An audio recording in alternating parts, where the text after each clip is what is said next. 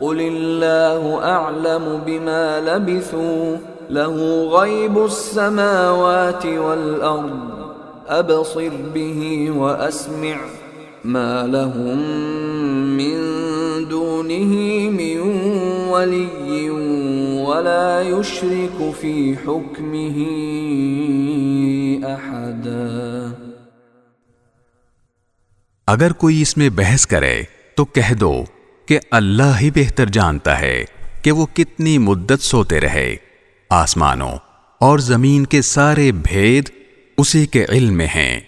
وہ کتنا دیکھنے والا اور کتنا سننے والا ہے، اس کے سوا ان کا کوئی رکھوالا نہیں ہے، اور وہ اپنی حکومت میں کسی کو شریک نہیں کرتا۔ وَاتْلُ مَا أُوحِيَ إِلَيْكَ مِن كِتَابِ رَبِّكَ لَا مُبَدِّلَ لِكَلِمَاتِهِ وَلَن تَجِدَ مِن دُونِهِ مُلْتَحَدًا۔